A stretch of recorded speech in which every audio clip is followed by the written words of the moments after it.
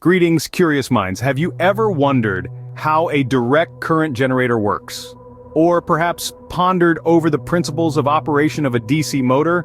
If so, you're in for a treat. Today, we're diving deep into the world of electrical engineering, breaking down complex concepts into digestible bits of information.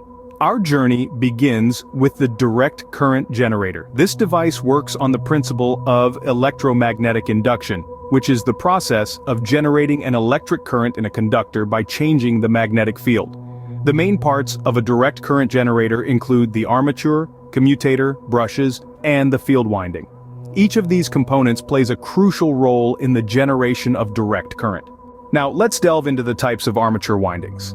There are mainly two types: lap winding and wave winding. Lap winding is typically used for high current and low voltage generators, while wave winding is used for high voltage and low current generators. In lap winding, the ends of the armature coil are connected to adjacent segments, creating a parallel path. On the other hand, in wave winding, the ends of the coil are connected to segments far apart, resulting in a series parallel arrangement.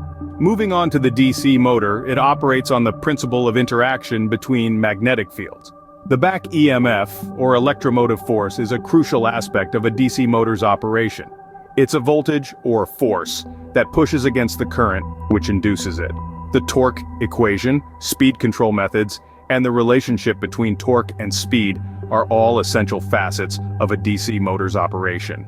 Next, we shift our attention to the induction machine. Its construction and classification, the rotating magnetic field it produces, and the transformer it uses are all key elements of its operation. The equivalent circuit of an induction motor, the circle diagram, and the methods of starting and speed control are also important to understand.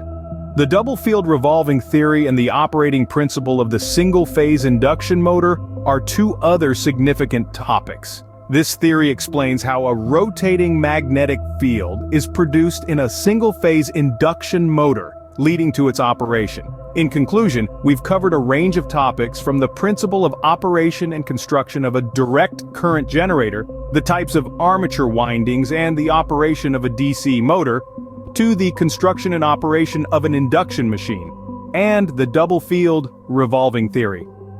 Remember, understanding these concepts is not just about memorizing facts. It's about seeing the larger picture, making connections, and applying these principles to real-life situations. So, the next time you see a motor or a generator, you'll not just see a machine, but a symphony of principles and concepts working in harmony. Until next time, stay curious and keep exploring.